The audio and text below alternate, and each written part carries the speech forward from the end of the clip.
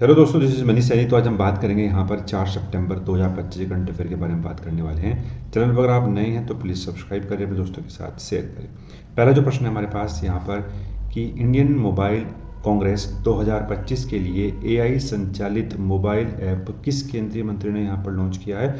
तो वो लॉन्च किया है यहाँ पर ज्योतिरादित्य एम सिंधिया ने। तो सी जो है वो आपके पास यहाँ पर राइट आंसर है। केंद्रीय मंत्री हैं ये, जिन्होंने यहाँ पर ये लॉन्च किया है। एआई संचालित मोबाइल ऐप है और ये जो है इसका नोवा संस्करण होगा और 8 से 11 अक्टूबर तक ये जो है दिल्ली के यशोभूमि कन्वेंशन सेंटर द्वारका में आयोजित किया जाएगा।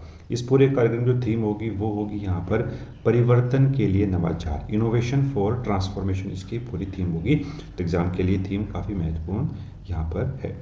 नेक्स्ट प्रश्न की बात करते हैं। नेक्स्ट प्रश्न हमारे पास यहाँ पर कि नई दिल्ली में आयोजित 20वें ग्लोबल सस्टेनेबिलिटी समिट को किस केंद्रीय मंत्री ने यहाँ पर संबोधित किया? तो वो किया है यहाँ पर भूपेंद्र यादव ने। ठीक है, भूपेंद्र यादव ने जो है वो यहाँ पर लॉन्च किया है। बात करेंगे डिटेल में। यह जो है 2 सितंबर 2025 को केंद्रीय मंत्री भूपेंद्र यादव ने नई दिल्ली में 20वें ग्लोबल सस्टेनेबिलिटी समिट यानी वैश्विक स्थिरता शिखर सम्मेलन को संबोधित किया है। और भारत सरकार ने 29 अगस्त को पर्यावरण लेखा परीक्षा नियम 2025 के अधिसूचित किया था और उसी दिन जो है भारत ने ग्रीन क्रेडिट कार्यक्रम की संशोधित कार्यप्रणाली को भी लॉन्च किया है।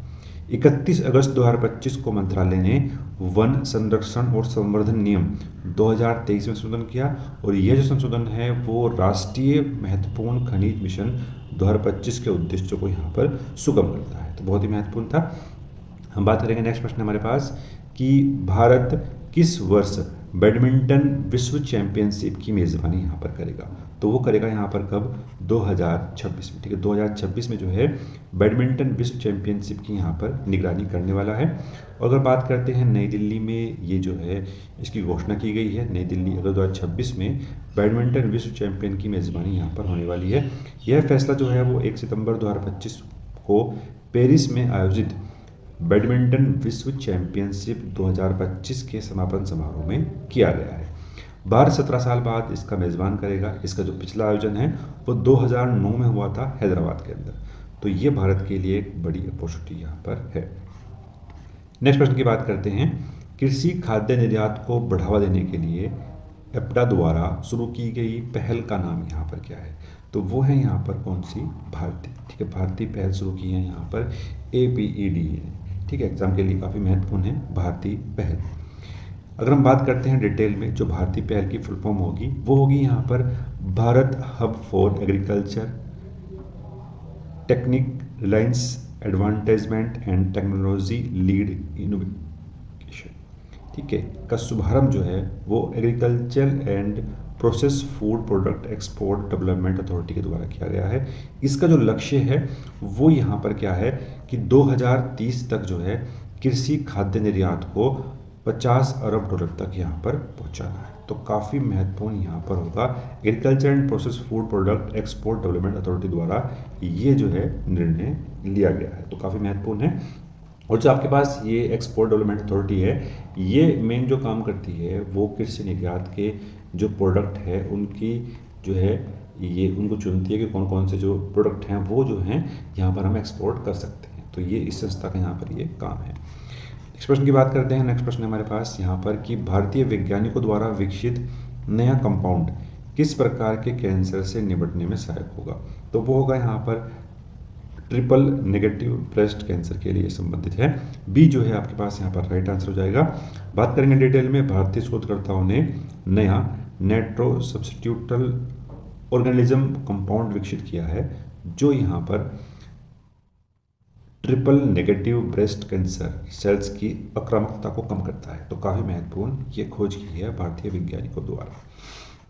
नेक्स्ट प्रश्न हमारे पास, डॉक्टर दीपक मित्तल को किस देश में अगला राजदूत नियुक्त किया गया है भारत की ओर से? तो वो है यहाँ पर संयुक्त अरब अमीरात में जो है ये नियुक्त किए गए हैं। सी आपके पास राइट आंसर है। डॉक्टर मित्तल को संयुक्त अरब अमीरात में भारत का अगला राजदूत नियुक्त किया गया है। वह 2020 से 2022 तक कतर में भारत के राजदूत रहे।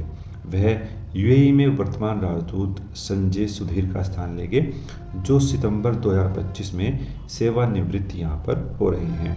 यूएई में 35 लाख से अधिक भारतीय नागरिक रहते हैं। यह क्षेत्र का सबसे बड़ा प्रवासी समुदाय है। फरवरी 2024 में पीएम मोदी जी ने अबू धाबी में यहाँ पर हिंदू मंदिर का उद्घाटन यहाँ पर किया था। BAPS मंदिर का उद्घाटन यहाँ पर किया गया था। तो काफ़ी महत्वपूर्ण है यहाँ पर ये। नेक्स्ट प्रश्न की बात करते हैं। नेक्स्ट प्रश्न हमारे पास यहाँ पर कि 2025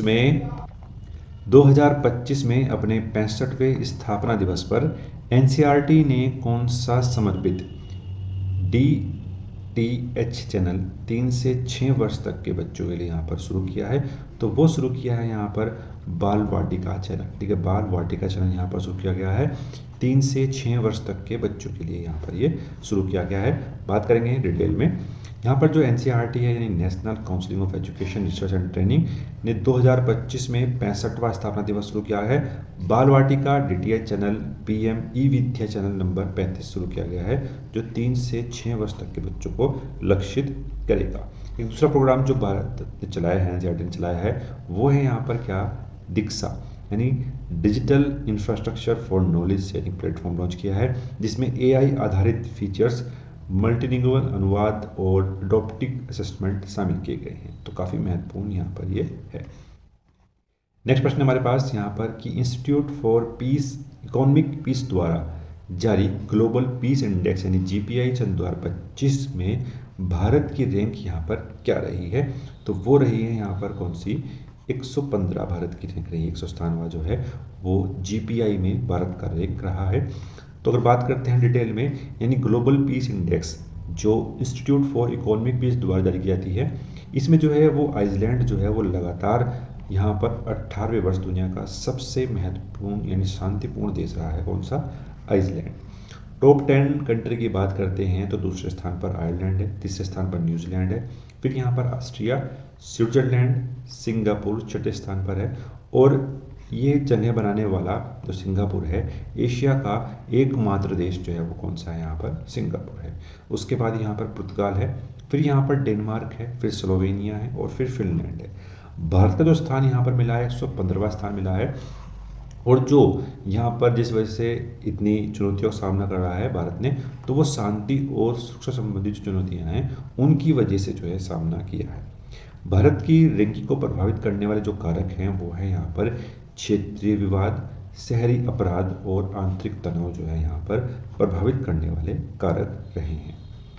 नेक्स्ट प्रश्न हमारे पास यहाँ पर, तिरुपति अर्बन डेवलपमेंट अथॉरिटी ने स्वर्णमुखी नदी को बचाने हेतु और पुनर्जीवित करने के लिए कौन सी योजना यहाँ पर चलाई है? तो वो चलाई है ऑपरेशन सवर्णा। ठीक है, ऑपरेशन सवर्णा। बात करेंगे डिटेल में इस पूरे ऑपरेशन के बारे में। ऑपरेशन सवर्णा यानी Swarnamukhi water body action for river and नाला अवेयरनेस। ठीक है, ये शुरू किया है यहाँ पर तिरुपति अर्बन डेवलपमेंट अथॉरिटी ने ऑपरेशन, तो काफ़ी महत्वपूर्ण था।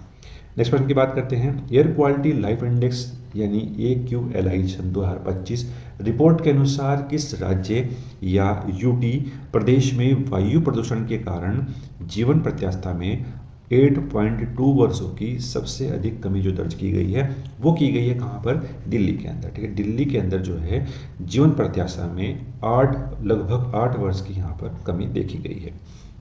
बात करेंगे डिटेल में। Air quality life index report जो है वो यूनिवर्सिटी ऑफ शिकागो के एनर्जी पॉलिसी इंस्टीट्यूट के माध्यम से जारी की जाती है और भारत में औसत जीवन प्रत्याशा जो है वो कम करेगी कितनी? 3.5 वर्ष। ठीक है, 3.5 वर्ष जो है वो जीवन प्रत्याशा यहाँ पर कम की गई है। किसकी वजह से? एयर क्वालिटी लाइफ इंडेक्स की वजह से। ठीक है, एयर क्वालिटी लाइफ इंडेक्स की वजह से कम की गई है। और दिल्ली NCR में सबसे अधिक है, कितनी है? 8.2 वर्ष जो है वो घटी है दिल्ली के अंदर। वायु प्रदूषण से होने वाले जीवन नुकसान कुपोषण, तंबाकू और असुरक्षित पानी से भी अधिक है। तो ये काफ़ी महत्वपूर्ण है और एग्जाम में यहाँ से प्रश्न बनने की संभावनाएं हम देख सकते हैं। भारत के 1.4 अरब लोग WHO के PM 2.5 मानक से ऊपर प्रदूषण स्तर वाले क्षेत्रों में रह रहे हैं। अगर हम बात करते हैं 5 माइक्रोग्राम प्रति घन मीटर से कम व्यास के जो सूक्ष्म कण मौजूद हैं वह वायु गुणवत्ता का एक संकेतक है जिसे अच्छा या सुरक्षित माना जाता है अगर वो उससे यहाँ पर कम है। भारत का अपना PM 2.5 मानक भी काफ़ी कमज़ोर है, और अगर हम इसी के आधार पर बात करते हैं, दिल्ली एनसीआर की जो जीवन प्रत्याशा है वो 4.74 वर्ष यहाँ पर कम करती है।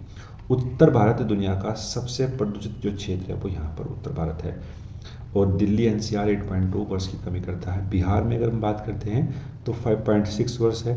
हरियाणा में जो है वो 5.3 वर्ष की जीवन प्रत्याशा को यहाँ पर कम किया जाता है। तो यहाँ पर हमने पूरा डिस्कस यहाँ पर किया है। तो ये हमने डिस्कस किया यहाँ पर आज का करंट अफेयर। तो जाहिर सी बात है, अगर आपको पसंद आया तो प्लीज़ लाइक करें, अपने दोस्तों के साथ शेयर करें। मिलते हैं नेक्स्ट वीडियो में। धन्यवाद। जय हिंद।